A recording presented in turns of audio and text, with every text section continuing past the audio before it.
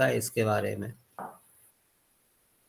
देखिए, इसके पहले हम लोग पढ़े थे डीएनए रेप्लिकेशन के बारे में, और वहीं पर मैंने बताया था कि सेंट्रल डोग्मा का कोई भी प्रोसेस हो तो दो चीज़ याद रखना है कि कोई भी प्रोसेस जो है 5' to 3' डायरेक्शन में होता है, और दूसरा, जितने भी प्रोसेस हैं उसके 3 स्टेप होते हैं। पहला होता है इनिशिएशन, दूसरा होता है इलोंगेशन, तीसरा होता है टर्मिनेशन।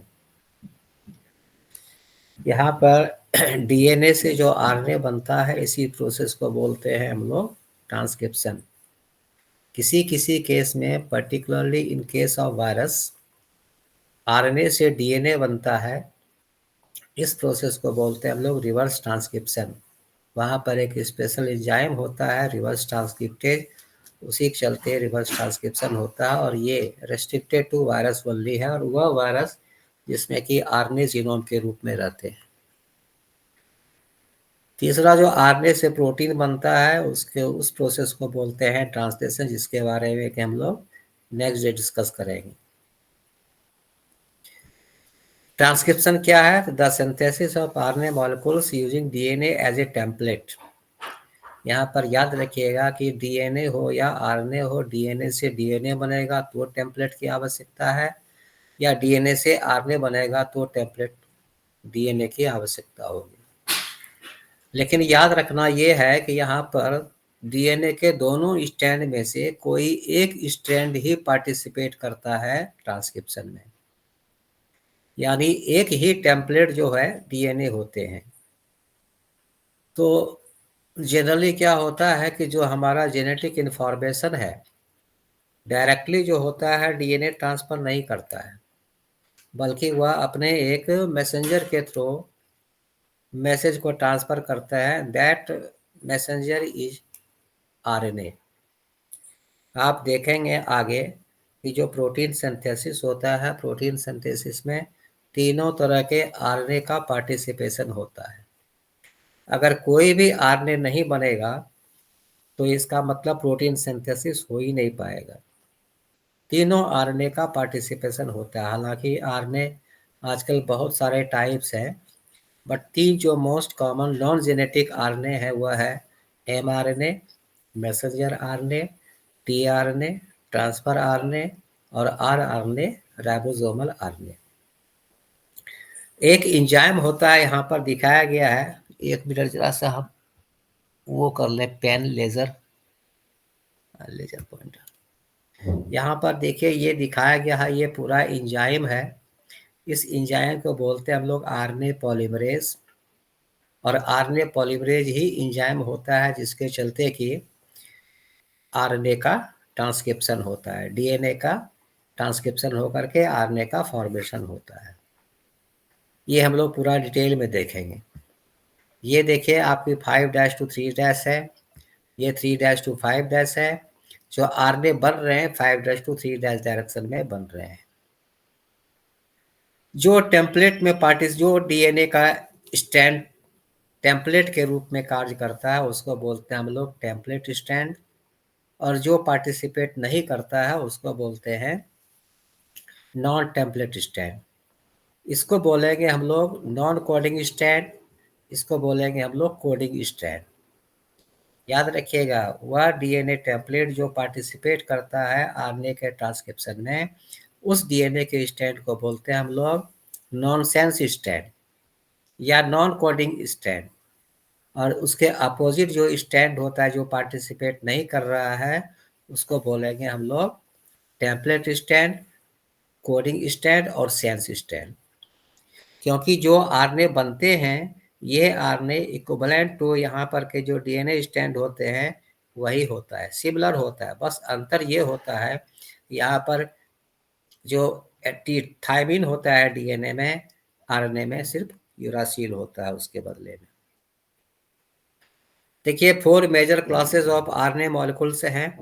पहला है मैसेंजर आरएनए, जो कि इनकोड करता है एमिनो एसिड सीक्वेंस को ऑफ ए पॉलीपेप्टाइड, यानी कि एमआरएनए में जो कोड होंगे, जो जेनेटिक कोड होंगे, ये आगे पढ़ेंगे हम लोग। जो जेनेटिक कोड का सीक्वेंस होगा, उसी के सीक्वेंस में यहाँ पर एमिनो एसिड के सीक्वेंस होंगे जो एक पॉलीपेप्टाइड का फॉर्मेशन करेगा। टीआरएनए ट्रांसफर आरएनए या सॉल्युबल आरएनए स्मॉलेस्ट आरएनए है, और ये क्या करता है, इसका काम होता है एमिनो एसिड को ढोना, लोड करना। During protein synthesis transfer RNA ही एमिनो एसिड को ढो करके राइबोसोम पर लाता है, और इसीलिए ट्रांसफर आरएनए को हम लोग कभी कभी लेवर ऑफ द सेल भी कह देते हैं। तीसरा राइबोसोमल आरएनए होता है जो सबसे बड़ा होता है, और यह आरएनए राइबोसोमल का पार्ट, राइबोसोम का पार्ट होता है, इसलिए इसको राइबोसोमल आरएनए बोलते हैं। और यही प्रोटीन के साथ फॉर्म करके बनाता है राइबोसोम, और यह एक तरह से कैटलिस्ट का काम करता है ड्यूरिंग ट्रांसलेशन। हम लोग देखेंगे जो पेप्टिडाइल ट्रांसफरेज होता है, वह पेप्टिडाइल ट्रांसफरेज एक्चुअली में कोई प्रोटीन नहीं है, बल्कि वह एक तरह का आरएनए मॉलिक्यूल है। इसके अलावा स्मॉल न्यूक्लियर आरएनए है, एसएन आरएनए है। एसएन आरएनए जो होता है ये यूकैरियोट में आरएनए प्रोसेसिंग में पार्टिसिपेट करता है।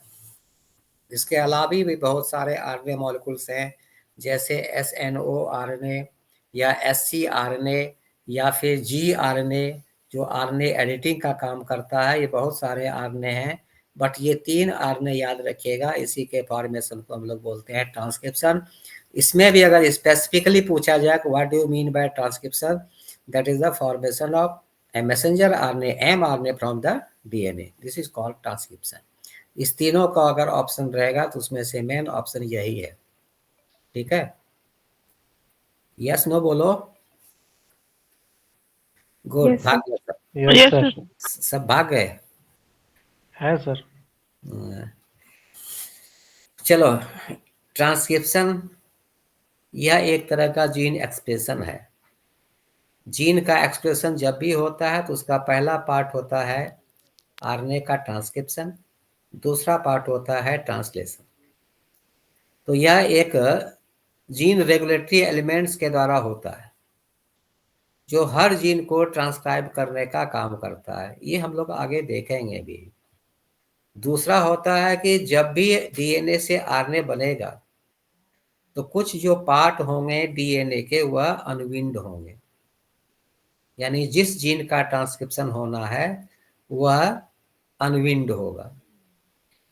ये भी मैंने बताया था कि RNA is transcribed into 5' to 3' यानी 5' to 3' डायरेक्शन हमेशा। The template DNA stand is read 3' to 5' direction, just opposite, स्वाभाविक है। ये 3' 5' होगा तभी तो 5' to 3' डायरेक्शन में बनेगा। It's complementary DNA the non template stand has the same polarity as the RNA. कोई दिक्कत इसमें? मैंने बताया कि ये नॉन टेम्पलेट जो स्टैंड होते हैं, जो पार्टिसिपेट नहीं कर रहे हैं ट्रांसक्रिप्शन में, उसको हम लोग नॉनसेंस स्टैंड भी बोलते हैं, उसको हम लोग नॉन कोडिंग स्टैंड भी बोलते हैं, और सेंस स्टैंड भी बोलते हैं। ये नॉन टेम्पलेट है बट ये कोडिंग स्टैंड है, बट ये सेंस स्टैंड है। और जो टेम्पलेट डीएनए पार्टिसिपेट कर रहा है आरएनए के फॉर्मेशन में, वह होता है nonsense stand, non coding stand but template stand. ठीक है, RNA polymerization is similar to DNA synthesis except, precursor क्या होगा बोलिए? डीएनए में क्या था, डीऑक्सीराइबोन्यूक्लिक एसिड ट्राइफॉस्फेट के रूप में, यहां पर क्या होगा, न्यूक्लियोटाइड ट्राइफॉस्फेट। ठीक है, no primer is needed to initiate synthesis, क्यों? It is the sole property of RNA polymerase to form a bond between two nucleotides, independent nucleotides. ये प्रॉपर्टी डीएनए पॉलीमरेज में नहीं होता है, और यही कारण है कि डीएनए पॉलीमरेज को रेप्लिकेशन के लिए एक प्राइमर की आवश्यकता होती है, और वह प्राइमर भी वहां कौन बनाता था? प्राइमेज बनाता, आरएनए पॉलीमरेज, ये टाइप ऑफ आरएनए पॉलीमरेज बनाता था। नेक्स्ट है कि uracil is inserted instead of thymine, क्योंकि thymine is not the part of RNA. देखिए ऐसा नहीं होता है, थोड़ा बहुत तो थायमिन तो प्रेजेंट होता है, जैसे टीआरएनए में देखेंगे कि अनयूजुअल बेसिस के रूप में लिखित रहते हैं। अगर यूरेसिल ना होकर के प्रेजेंट थायमिन हो, इसका मतलब कि वहां पर अनयूजुअल बेसिस आ गए हैं। ये वही प्रोसेस है, ये तो हम लोग पढ़ भी चुके हैं कि कैसे होगा। ये डीएनए है, ये आरएनए है, ये आरएनए कैसे बनेगा, तो वही फॉस्फोडाइस्टर बॉन्ड का फॉर्मेशन होगा। फॉस्फोडाइस्टर बॉन्ड का फॉर्मेशन के बाद इसका चेन का इलोंगेशन होगा, ठीक उसी तरह से जैसे कि हम लोग डीएनए में पढ़े हैं, जैसे न्यूक्लियोटाइड का एडिशन होता है। बट अंतर क्या होगा तो वो हम लोग पढ़ेंगे। तो पहले देखिए differences between the replication and transcription. Template क्या होगा यहाँ पर, डबल स्टैंड। ट्रांसक्रिप्शन में single stand. Substrate D NTP replication में यहाँ पर क्या होंगे, एनटीपीज। प्राइमर चाहिए, यस चाहिए। प्राइमर की आवश्यकता है, नो। एंजाइम चाहिए डीएनए पॉलीमरेज के रूप में, यहाँ एंजाइम कौन सा है, आरएनए पॉलीमरेज। प्रोडक्ट क्या होगा, डबल स्टैंडर्ड डीएनए, यहाँ पर क्या होगा, single standard RNA. Base pair क्या होंगे, बेस पेयर होगा एटीजीसी, यहाँ पर क्या होगा, एयूजीसी। अब मैंने बताया कि ट्रांसक्रिप्शन को डिवाइड करते हैं हम लोग तीन स्टेप में, both in prokaryote as well as eukaryote. And the first process is initiation, the second step is elongation, and the third step is termination. और ये तो जित स्लाइड नहीं आ रही है। क्या, स्लाइड नहीं आ रही। लाइट नहीं आ रही है? स्लाइड सर, स्लाइड शो नहीं हो रही। अब हुई है। अरे ये तुम लोगों का नेट का प्रॉब्लम होगा, मेरे में तो दिख रहा है। सर नेट सही है।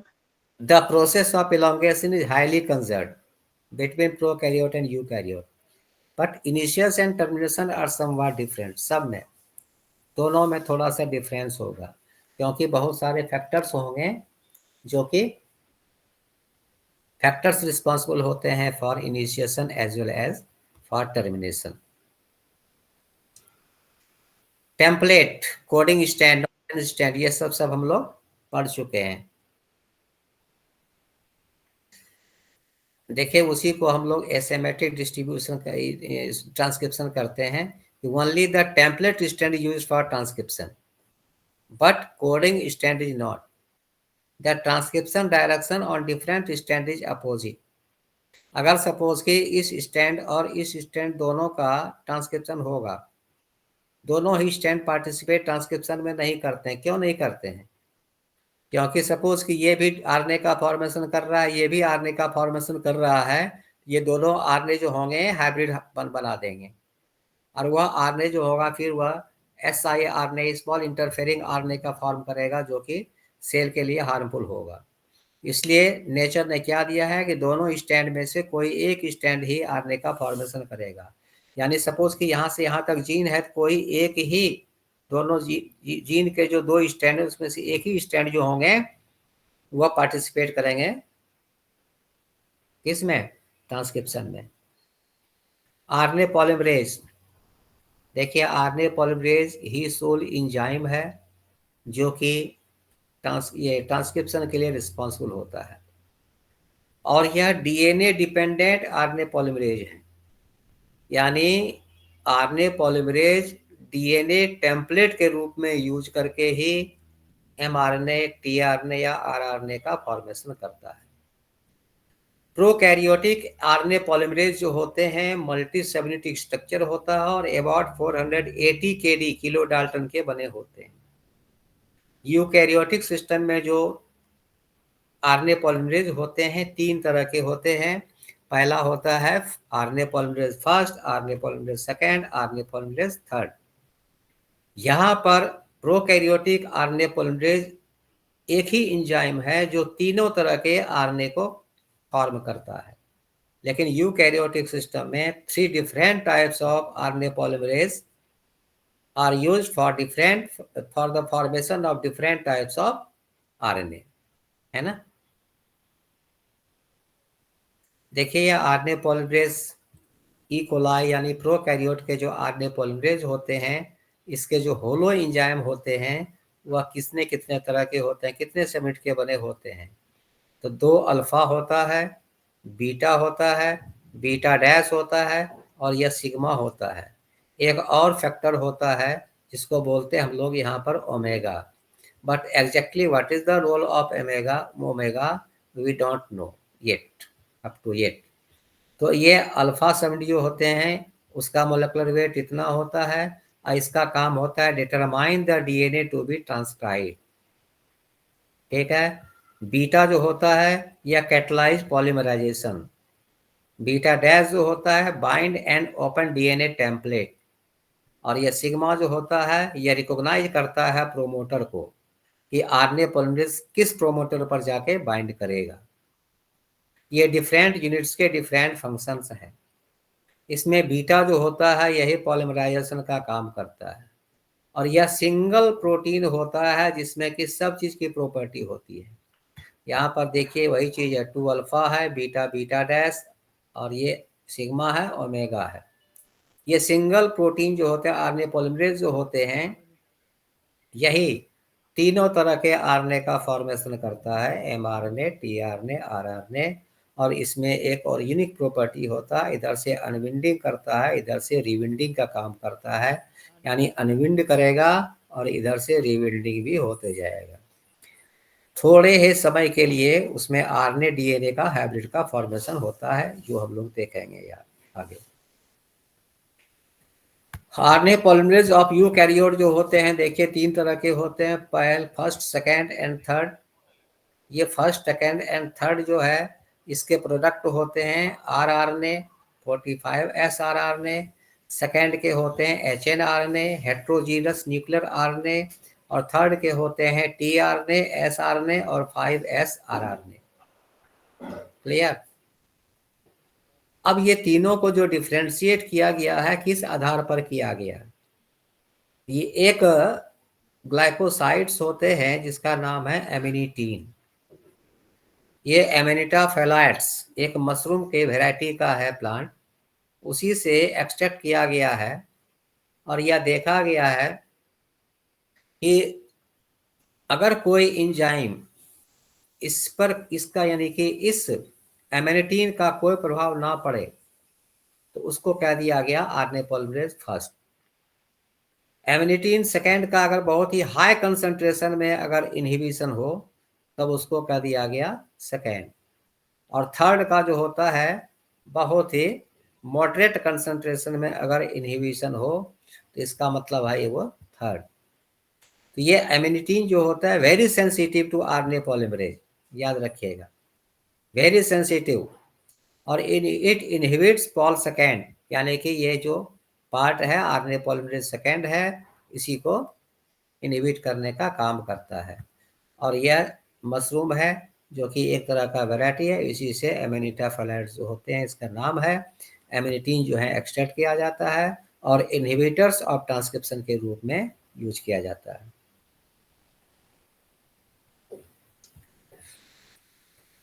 अब देखिए कि ट्रांसक्रिप्शन जो होता है ये जीन है, सपोज कि ये जो पर्पल कलर का है ये जीन है, इसको स्ट्रक्चरल जीन बोलते हैं। और हम लोग देखेंगे आगे कि स्ट्रक्चरल जीन के बगल में एक सीक्वेंस होता है जहां पर कि आरएनए पॉलीमरेज बाइंड करता है, इसको बोलते हैं हम लोग प्रोमोटर। और आगे देखेंगे जब रेगुलेशन ऑफ जीन सिंथेसिस देखेंगे तो वहां पर देखेंगे कि ऑपरेटर होता है जो कि ये गेट के रूप में कार्य करता है। बट हियर स्ट्रक्चरल जीन यहाँ पर कहाँ पर कौन सा बाइंड कर रहा है, यहाँ पर आरएनए पॉलीमरेज कहाँ बाइंड करेगा, एक रेगुलेटरी सीक्वेंस पर जिसका नाम है प्रोमोटर। यानी promoter is the site of RNA polymerase binding. देखिए ये प्रोकैरियोटिक प्रोमोटर का ये एक्सटेंडेड रूप है, यानी कि इसमें और कौन कौन से पार्ट होते हैं तो यहाँ पर ध्यान दीजिएगा। ये सपोज कि यहाँ पर 1 लिखा है, 1 ना लिख करके हम लोग लिखेंगे यहाँ पर +1। क्लियर। तो +1 का मतलब कि यहीं से जीन स्टार्ट होगा ट्रांसक्राइब होना और इधर की तरफ जाएगा। क्लियर। यानी ये जो +1 है इधर +10 होगा, इधर +20 होगा, तो इसको ये जो पार्ट है 1 जो लिखा हुआ है यहाँ 1 का मतलब कि यहीं से कोई भी ट्रांसक्रिप्शन स्टार्ट होगा। जीन ट्रांसक्राइब यहीं से करेंगे 5' to 3' डायरेक्शन में। इधर वाले को लिखते हैं plus, this is called start side. और इधर से राइट जो होगा इसको कहेंगे डाउन स्ट्रीम, इसको क्या कहेंगे, डाउन स्ट्रीम। और इधर से जितने भी न्यूक्लियोटाइड के सीक्वेंस हो गए इसको कहेंगे हम लोग अप स्ट्रीम। तो स्टार्ट साइट के ये यहाँ से यहाँ तक प्रोमोटर ही है। स्टार्ट साइट के -10 रीजन में, यानी कि यहाँ से 10th जो न्यूक्लियोटाइड होगा वहां पर एक सीक्वेंस होगा, ये वाला sequence TAT AAT TAT AAT। इस TAT AAT के बॉक्स को बोलते हैं हम लोग प्रिवनो बॉक्स, क्योंकि इसको सबसे पहले प्रिवनो ने डिस्कवर किया था। या कभी कभी कॉमनली हम लोग बोल देते हैं -10 सीक्वेंस या -10 region. It is the region जहां पर कि आरएनए पॉलीमरेज फॉर्मली बाइंड करता है। यानी अगर यहाँ पर म्यूटेशन करा दिया जाए फिर आरएनए पॉलीमरेज जो होंगे वह पॉलीमराइजेशन नहीं कर पाएगा, ट्रांसक्रिप्शन नहीं कर पाएगा। The process of transcription is inhibited. और यहाँ से -35 के पोजीशन पर जो न्यूक्लियोटाइड का सीक्वेंस होता है जिसका नाम है TTG ACA, यह वह सीक्वेंस होता है जहां पर कि आरएनए पॉलीमरेज बाइंड करता है, लेकिन बहुत ही फॉर्मली बाइंड नहीं करता है, लूजली बाइंड करता है। But this region is also essential. तो यहाँ पर ये जानिएगा कि -35 सीक्वेंस और -10 सीक्वेंस ये दोनों प्रोमोटर का वह पार्ट होता है जहां पर कि आरएनए पॉलीमरेज बाइंड करता है।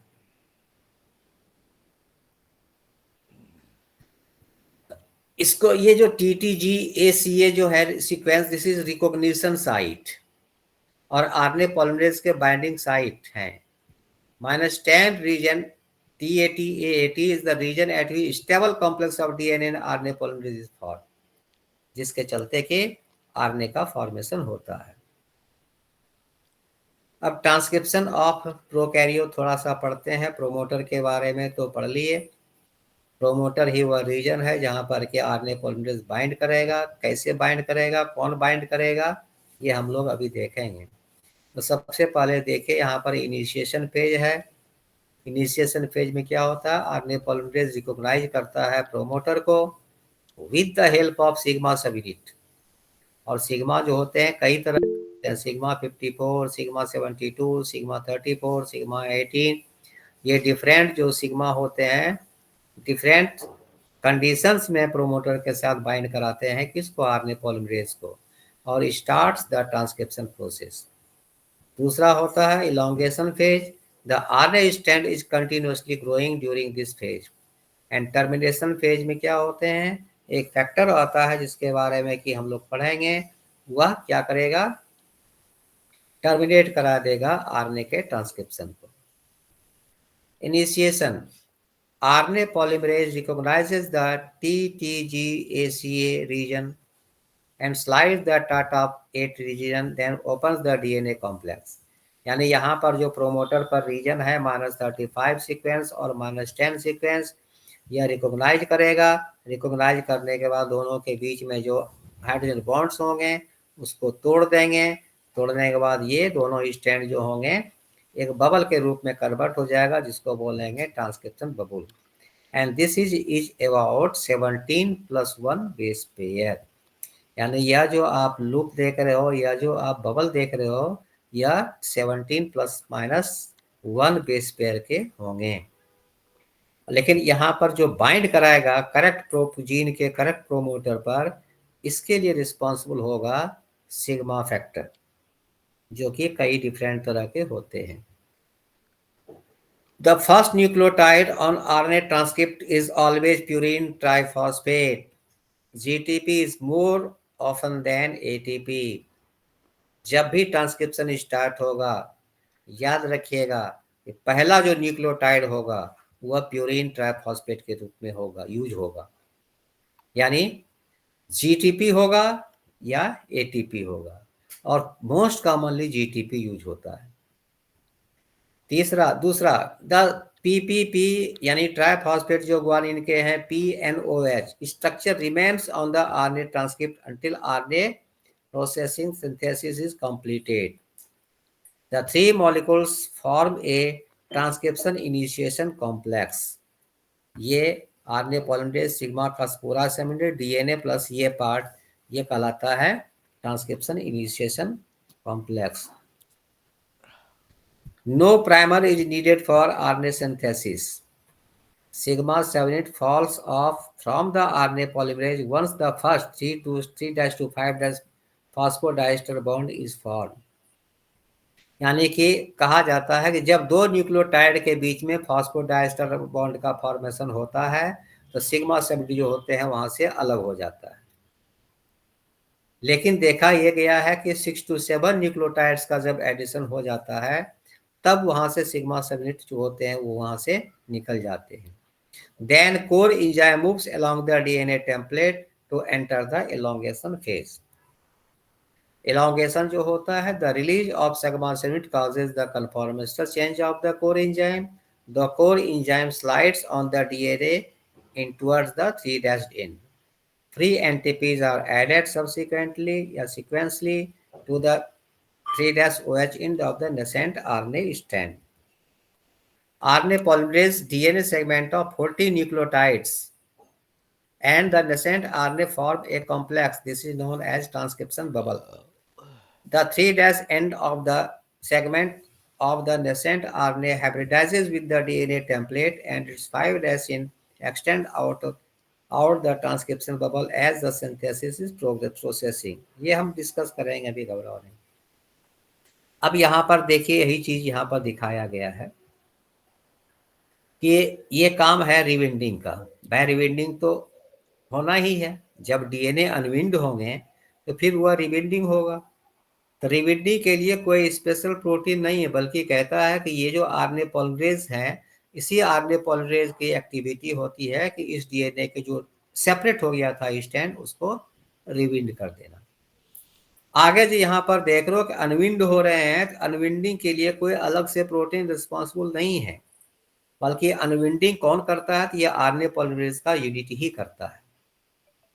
आप देखिए ये नॉन टेम्पलेट स्टैंड है जो कि जिसका कि ट्रांसक्रिप्शन नहीं हो रहा है, और यह टेम्पलेट स्टैंड है जिसका कि ट्रांसक्रिप्शन हो रहा है। ट्रांसक्रिप्शन जो हो रहा है 5' to 3' डायरेक्शन में हो रहा है, और फॉर शॉर्ट डिस्टेंस के लिए आरएनए डीएनए हाइब्रिड यानी लगभग 8 बेस पेयर के डीएनए आरएनए हाइब्रिड का फॉर्मेशन हो रहा है। अब यहाँ पर होता क्या है कि देखिए आरएनए पॉलीमरेज को यहाँ पर बाइंड किया, ये अगर 5' इसका मतलब यहाँ से स्टार्ट हुआ होगा। ये जो न्यूक्लियोटाइड है इसको बोलते हैं हम लोग +1। आरएनए पॉलीमरेज तो यहाँ पर होंगे, तो कौन बाइंड कराया होगा? ये सिग्मा फैक्टर बाइंड कराया होगा। सिग्मा फैक्टर जब बाइंड करा दिया और जब 6 से 7 न्यूक्लियोटाइड को जोड़ दिया, फिर वहां से आरएनए पॉलीमरेज हट जाएगा। फिर आरएनए पॉलीमरेज यहाँ पर बाइंड किया, फिर 6 से 7 न्यूक्लियोटाइड को जोड़ करके फिर वहां से हट जाएगा। इस तरह से प्रोसेस चलते रहता है। क्यों चलते रहता है? ताकि आरएनए पॉलीमरेज जब एक दफे स्टार्ट करना शुरू कर जाए तो फिर वह इसका जितना भी प्रोसेसिबिलिटी होगा, प्रोसेसिबिलिटी को खत्म करके ही, यानी जीन को ट्रांसक्राइब करके ही वो वहां से हटेगा। भाई हम लोग दौड़ते हैं तो पहले तो तैयार करते हैं ना, देखते हो जो रनर्स होते हैं पहले अपने को तैयार करता है, उसके बाद जब उसकी पेस बन जाती है तब वह अपने दौड़ को कंप्लीट करता है। ठीक उसी तरह से यहाँ पर पहले 607 न्यूक्लियोटाइड का फॉर्मेशन करता है आरएनए पॉलीमरेज, वो वहां से हट जाता है। And this process is known as abortive transcription. Abortive transcription भी जरूरी है ताकि उसका जो पेस है आरएनए पॉलीमरेज की जो प्रोसेसिबिलिटी है वो बनी रहे। ये वही बाइंडिंग दिखाया है, कहाँ बाइंडिंग करता है। अभी यहाँ पर क्लोज कॉम्प्लेक्स है, इस सबयूनिट के चलते ये जो आरएनए डीएनए होंगे ये दोनों ओपन हो जाएंगे, तब वह ओपन कॉम्प्लेक्स कहलाता है। देखिए यहाँ पर ओपन कॉम्प्लेक्स है, थोड़ा सा टिल्टिंग हो जाता है, प्रोमोटर क्लियरेंस हो जाता है, सिग्मा 72 यहाँ से अलग हो गया, जैसे सिग्मा 72 आया अलग हुआ, आरने का फॉर्मेशन स्टार्ट हो गया, और ये तब तक चलेगा जब तक कि टर्मिनेशन ना हो जाए। कोई दिक्कत है किसी को? सब भाग गया। No sir. No sir. तो तुम लोग रिस्पॉन्ड क्यों नहीं करते हो? कोई प्रॉब्लम? और ट्रांसक्रिप्शन तो पढ़े भी हो गए आप लोग, तो ट्रांसक्रिप्शन में कोई प्रॉब्लम है? No sir. No sir. No sir. चलिए टर्मिनेशन देखिए। टर्मिनेशन जो ट्रांसक्रिप्शन का इन केस ऑफ प्रोकैरियोट होता है, दो तरह से होता है। एक होता है रो डिपेंडेंट, दूसरा होता है रो इंडिपेंडेंट।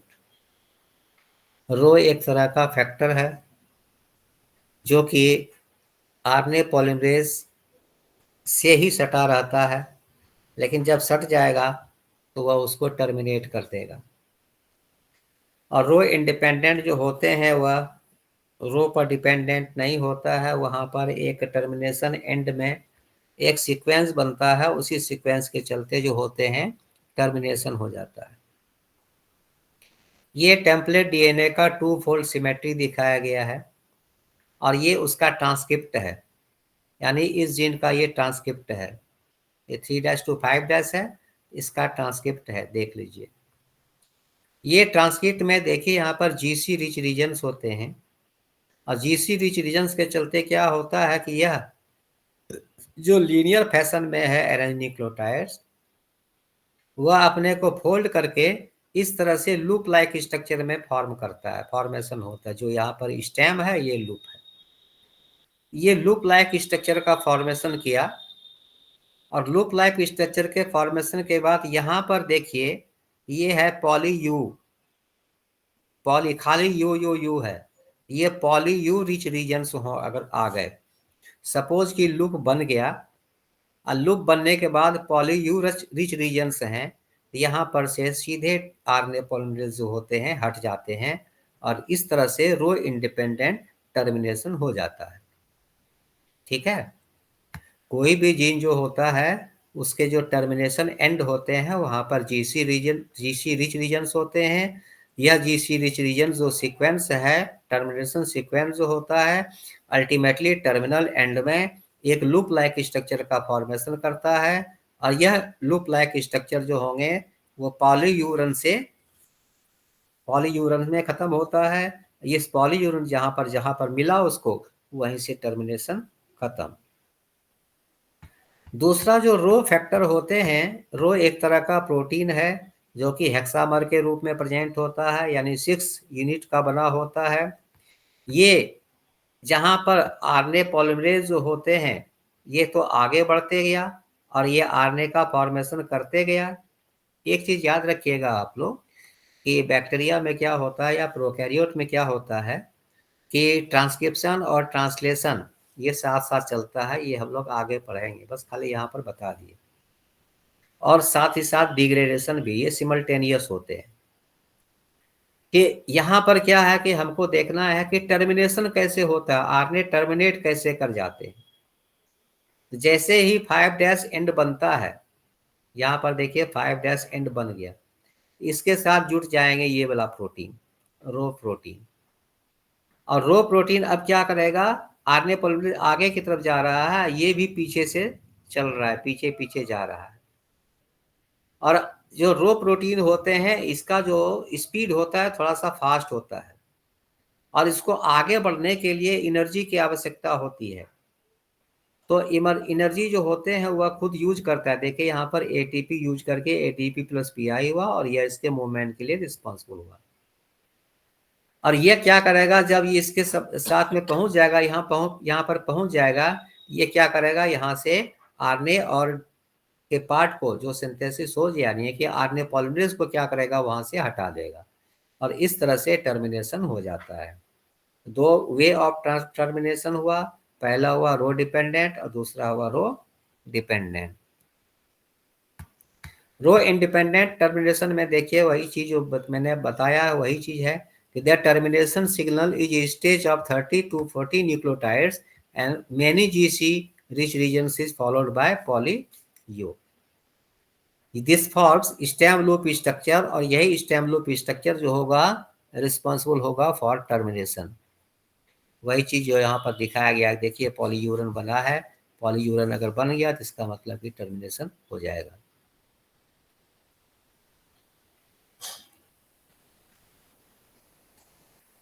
स्टेम लूप डिस्ट्रीब्यूशन तो पढ़ाई थी। Transcription in eukaryote.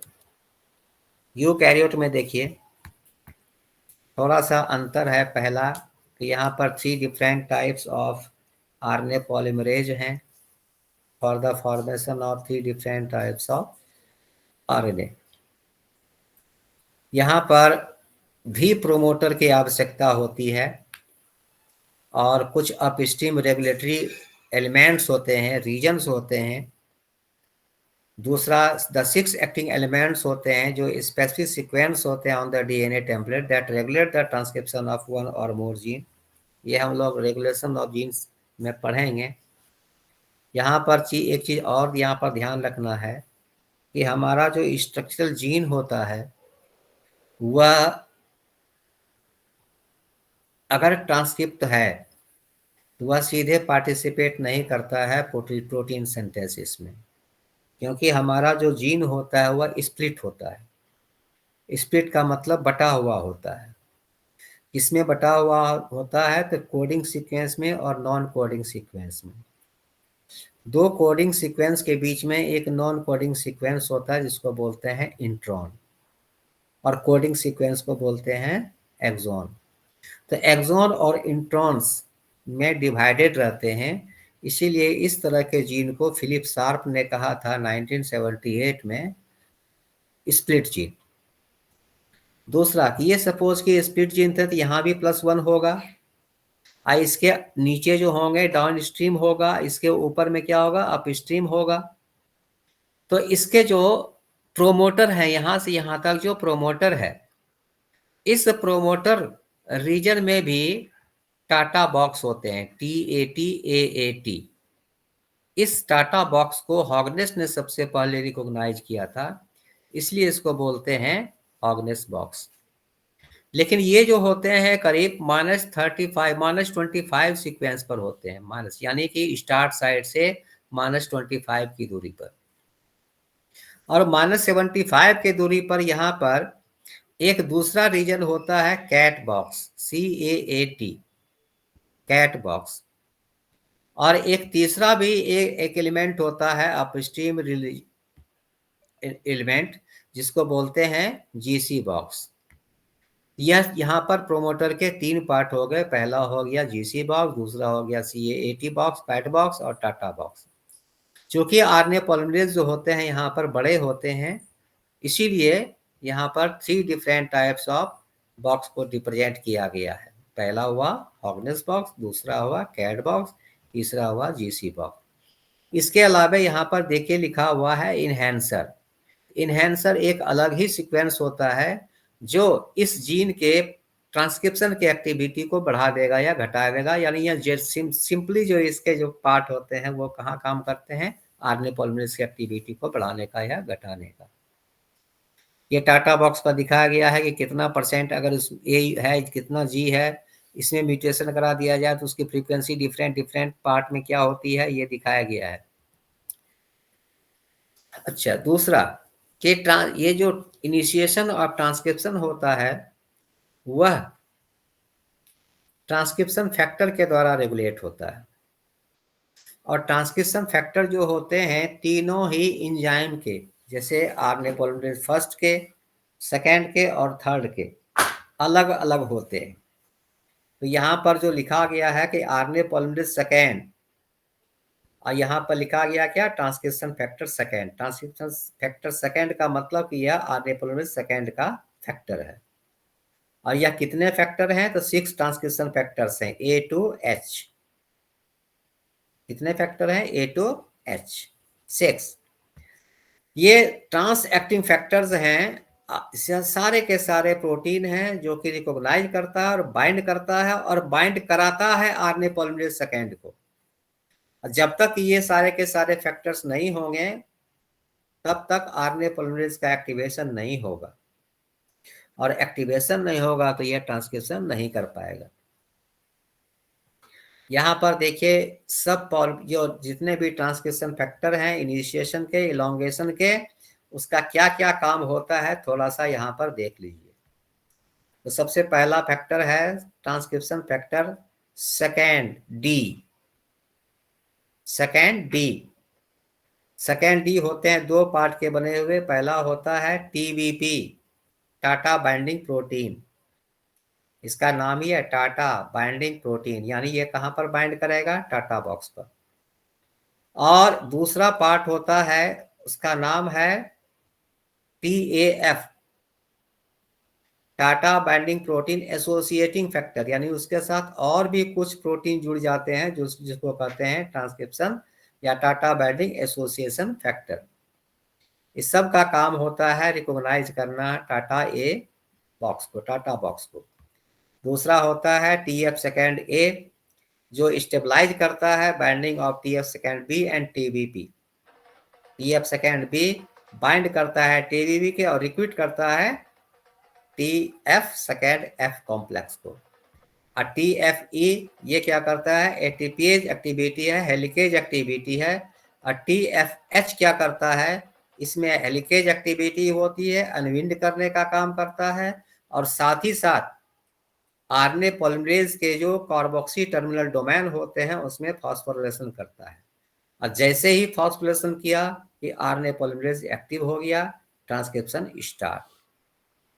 एलोंगेशन के लिए अलग अलग फैक्टर होते हैं, बहुत ज्यादा इसका रोल नहीं है।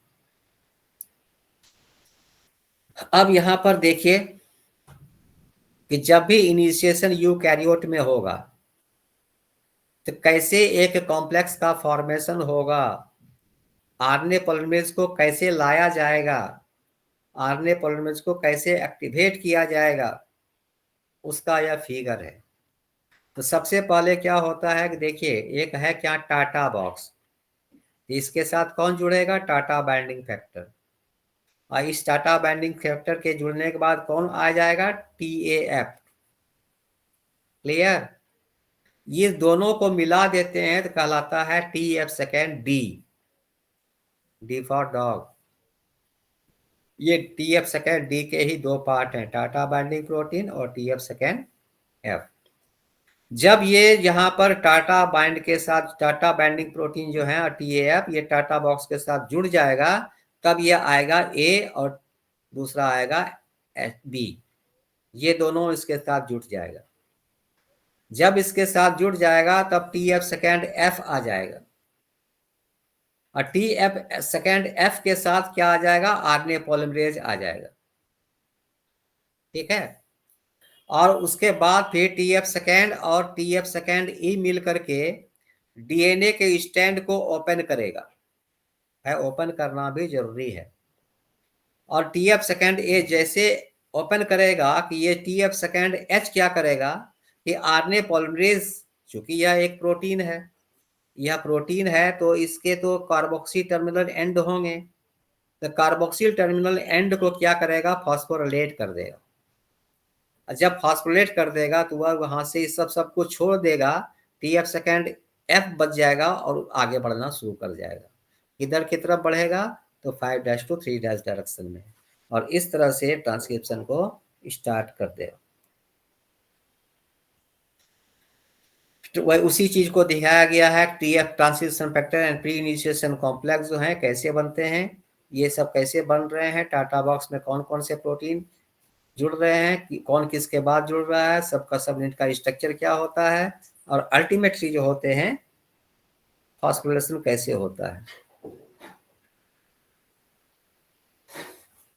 आरएनए पॉलीमरेज कैसे होता है ये दिखाया गया है कि यहाँ पर TF सेकेंड H जो होता है उसकी दो एक्टिविटी होती है, एक तो प्रोटीन काइनेज एक्टिविटी होती है और दूसरा होता है हेलिकेज एक्टिविटी। उसके जो C टर्मिनल डोमेन होते हैं, CTD जिसको बोलते हैं, उसको फॉस्फोरिलेट कर देता है। फॉस्फोरिलेट करने के चलते ही वह मूव करना शुरू कर देता है towards down stream, starting the elongation phase.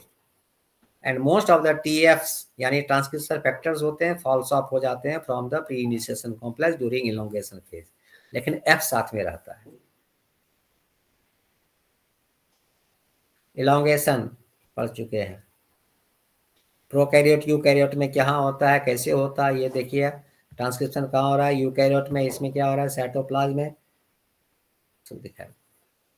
Termination कैसे होता है, ठीक उसी तरह से होता है, बस थोड़ा सा यहाँ पर ये होता है the termination sequence in eukaryote is followed by this one GT repeats. और यह GT रिपीट्स जो होते हैं एक फैक्टर्स होते हैं जिसका नाम है रिलीज फैक्टर्स। रिलीज फैक्टर जो होते हैं वह 3 स्टॉप कोडॉन्स को रिकॉग्नाइज करता है। The overall termination is similar in prokaryotes. ये RF1 RF2 जो होता है, RF3 जो होता है, ये हम लोग पढ़ते हैं एक्चुअली में प्रोटीन सिंथेसिस में, लेकिन देखा गया है कि यहाँ पर कुछ रोल होता है इसका। अब आइए मॉडिफिकेशन ऑफ यानी कि RNA प्रोसेसिंग। जनरली क्या होता है कि हम लोगों का जो जीन होता है वह उसके 2 पार्ट होते हैं, एक होता है कोडिंग पार्ट, दूसरा होता है नॉन कोडिंग पार्ट। तो नॉन कोडिंग पार्ट जो होते हैं उसका कोई यूज नहीं है, हालांकि आजकल तो देखा गया कि उसका भी बहुत यूज है, बट हियर उस तरह के पार्ट का कोई यूज नहीं है। इसीलिए RNA जो बनते हैं उसका प्रोसेसिंग होता है, उसका फर्दर जो होता है शॉर्टनिंग होता है, मॉडिफिकेशंस होते हैं उसमें। इसी प्रोसेस को बोलते हैं हम लोग RNA प्रोसेसिंग। और RNA प्रोसेसिंग जो होता है यूकैरियोट में वो 3 तरह के होते हैं। पहला होता है कैपिंग, दूसरा होता है स्प्लिसिंग, और तीसरा होता है पॉलीएडेनाइलेशन। प्राइमरी ट्रांसक्रिप्ट जो होता है, सपोज कि यहाँ ये जीन है, यहाँ से यहाँ तक एक जीन है, यह जीन ट्रांसक्राइब किया और RNA बनाया। This RNA will not participate in translation process. क्यों? क्योंकि इसमें बहुत सारे नॉन कोडिंग सीक्वेंस हैं, क्योंकि इसका मॉडिफिकेशन हुआ नहीं है, क्योंकि ये कहाँ बन रहे हैं, तो न्यूक्लियस में बन रहे हैं। तो न्यूक्लियस से बाहर आने के लिए कैपिंग चाहिए और टेलिंग चाहिए, और न्यूक्लियस से बाहर आने के लिए, बाहर आने के पहले ही ये जो इंट्रॉन है इसका रिमूवल होना चाहिए। तो HNRNA इसको कहते हैं हम लोग primary transcript, and this primary transcript is called heterogeneous nuclear RNA। ये हेट्रोजीनस न्यूक्लियर RNA क्यों कहलाता है? क्योंकि किसी में एक्सॉन कम होंगे, इंट्रॉन ज्यादा होंगे, तो उसका लेंथ भी उसी के अकॉर्डिंग होगा। हर जीन का जो लेंथ होगा वह अलग अलग होगा, इसलिए उसके जो रिप्रेजेंटेटिव RNA होंगे उसका लेंथ अलग अलग होगा, यानी कि वह सिमिलर नहीं होगा, एक दूसरे से सिमिलर नहीं होगा साइज में, इसलिए उसका नाम रख दिया गया है हेट्रोजीनस न्यूक्लियर RNA। और यह हेट्रोजीनस न्यूक्लियर RNA में ही जब मैच्योरेशन होगा तब वह कहलाएगा mature RNA, and that mature RNA will participate in the translation process. तो मॉडिफिकेशन कितने तरह के होते हैं? मॉडिफिकेशन होते हैं 3 तरह के। पहला है कैपिंग, दूसरा है टेलिंग, तीसरा है स्प्लिसिंग। RNA एडिटिंग हम लोग बाद में देखेंगे, that is not the part of modification. Capping कैसे होता है? तो यहाँ पर देखिए, सबसे पहले कि मैंने क्या बताया कि पहला जो न्यूक्लियोटाइड ऐड होगा वह क्या होगा? गुआनीन। ये बताया था मैंने कि प्रोकैरियोट में और यूकैरियोट में हमेशा ही ट्रांसक्रिप्शन जो स्टार्ट होगा वो कहाँ से शुरू होगा? गुआनीन से। और पहला जो न्यूक्लियोटाइड होगा वह किस रूप में होगा? ट्राइफॉस्फेट के रूप में। किस रूप में होगा? ट्राइफॉस्फेट के रूप में। कोई दिक्कत? सब भाग गया है, तुम लोग को देख नहीं पाते हैं इसलिए तुम लोग रिस्पॉन्ड नहीं करते हैं।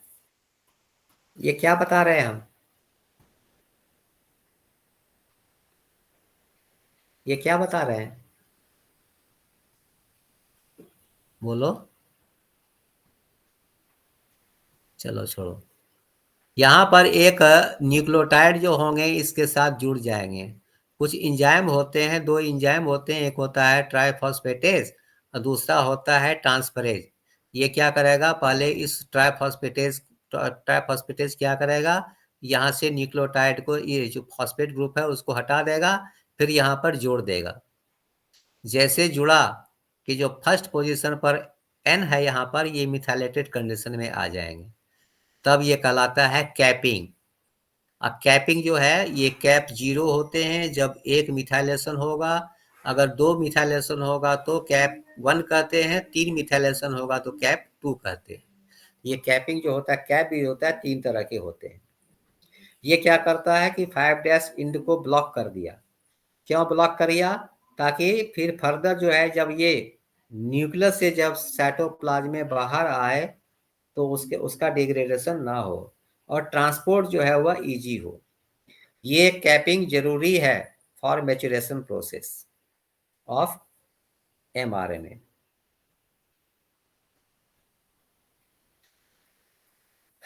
कैप बाइंडिंग प्रोटीन होते हैं, उसके साथ फिर जुड़ जाते हैं। और फिर पॉली ए टेलिंग, देखिए पॉली ए टेलिंग में क्या होता है कि ये टेम्पलेट डीएनए है, ये आरएनए बना, तो आरएनए जब बना टर्मिनेशन पॉइंट में क्या होंगे, यह एक सीक्वेंस होता है AAU AAA।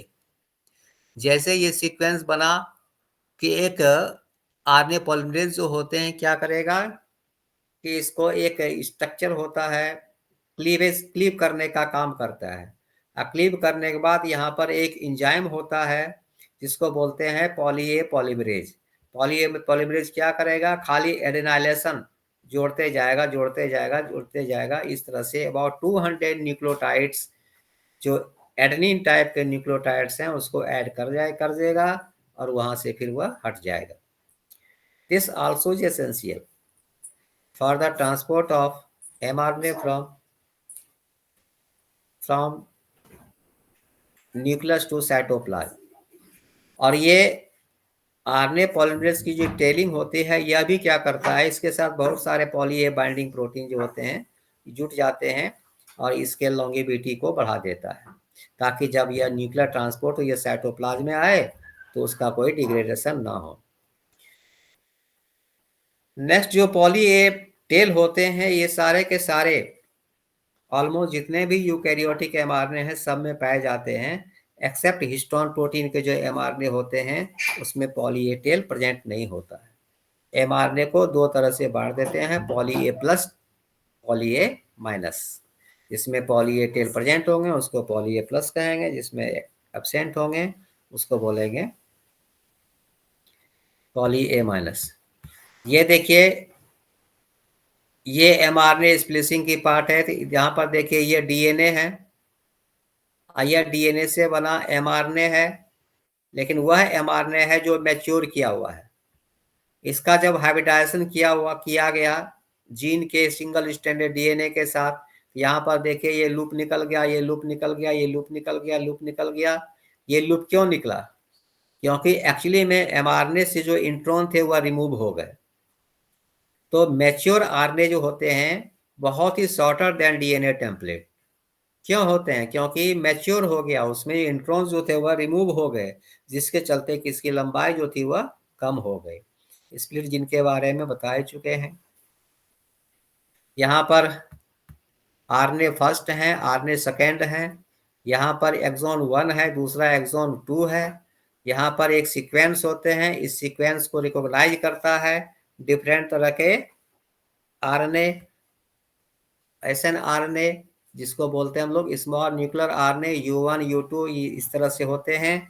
और ये क्या करेगा, अल्टीमेटली स्प्लिसिंग करा देगा, इंट्रॉन का रिमूवल करा देगा। देखिए यहाँ पर CG है, यहाँ पर AG है। यह ए वाला क्या करेगा, यहाँ पर न्यूक्लियोफिलिक अटैक कराएगा, न्यूक्लियोफिलिक अटैक कराएगा तो यहाँ पर OH बन गया, और इतना से जो पार्ट थे वह यहाँ पर इसके साथ बाइंडिंग कर गया। अब ये क्या करेगा, OH यहाँ पर के न्यूक्लियोटाइड को न्यूक्लियोफिलिक अटैक कराएगा, और ये जो लैरिएट के रूप में इतना सा पार्ट हट गया, और ये दोनों जो हैं आपस में फॉस्फोडाइस्टर बॉन्ड का फॉर्मेशन कर दिया। इसके स्टेप यहाँ पर देखिए लिखा हुआ है 5' to 3' प्राइमरी ट्रांसक्रिप्ट, ये प्राइमरी ट्रांसक्रिप्ट है। दूसरा न्यूक्लियोफिलिक अटैक हो गया, तीसरा लैरिएट फॉर्मेशन हो गया, cuts the 3' end of the intron और अल्टीमेटली लिगेशन और इंट्रॉन इज डाइजेस्टेड और ये कंप्लीट एक्सोन जो है मिल गए। ठीक है, इस तरह से जितने भी इंट्रॉन होंगे उसका रिमूवल हो जाएगा, फॉर्मेशन हो जाएगा। कौन कौन से रिस्पॉन्सिबल हैं? तो U1 रिस्पॉन्सिबल है, U2 रिस्पॉन्सिबल है, U4 5 6 रिस्पॉन्सिबल है। यहाँ पर देखिए ये सारे के सारे इकट्ठे हो गए हैं और ये रिकॉग्नाइज करेगा, न्यूक्लियोफिलिक अटैक कराएगा, अटैक कराने के बाद जोड़ने का काम करेगा, फिर ये सारे के सारे प्रोटीन जो है वह रिमूव हो जाएंगे। आरएनए पॉलीमरेज थर्ड ट्रांसक्रिप्शन का प्रोसेस तो समझ में आ गया, खाली फैक्टर जो होंगे अलग होंगे, ट्रांसक्रिप्शन फैक्टर थर्ड के होंगे। और यहाँ पर देखिए कहता है कि ये जो ट्रांसक्रिप्शन जब होगा इसमें फर्दर फोल्डिंग होगा, और जब फर्दर फोल्डिंग होगा तो इस तरह से लूप का फॉर्मेशन करेगा। सपोज कि एक जो टीआरएनए होते हैं उसका लेंथ होता है अबाउट 75 to 110 न्यूक्लियोटाइड का, ज्यादा बढ़ गया, सपोज कि इधर से ज्यादा बढ़ गया तो एक्सो न्यूक्लियस इसको रिमूव कर देगा। सपोज कि यहाँ पर ज्यादा बढ़ गया तो एंडो न्यूक्लियस इसको रिमूव कर देगा, कट करके फिर जोड़ने का काम करेगा ताकि इसका करेक्ट जो है नंबर ऑफ न्यूक्लियोटाइड्स मेंटेन रहे। दूसरा, मोस्ट ऑफ द जो टीआरएनए बनते हैं उसके जो 3' एंड में सीसीए जो 3 न्यूक्लियोटाइड होते हैं वो होते ही हैं। अगर किसी में नहीं है तो उसको फिर एक एंजाइम होता है जो उसको ट्रांसफर कर देता है, ट्राइन्यूक्लियोटाइड ट्रांसफरेज करके होता है जो उसको ट्रांसफर कर देता है 3' एंड में। इस तरह से सीसीए एंड का फॉर्मेशन हो जाता है और इस तरह से क्लीवेज के द्वारा ही ये formation maturation of the RNA होते हैं।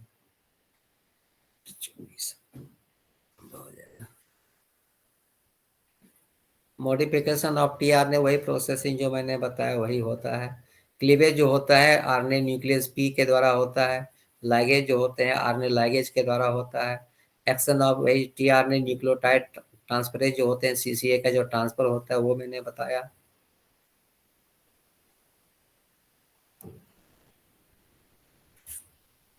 इस तरह से कंप्लीट हो गया। अब कोई प्रॉब्लम है तो पूछिए।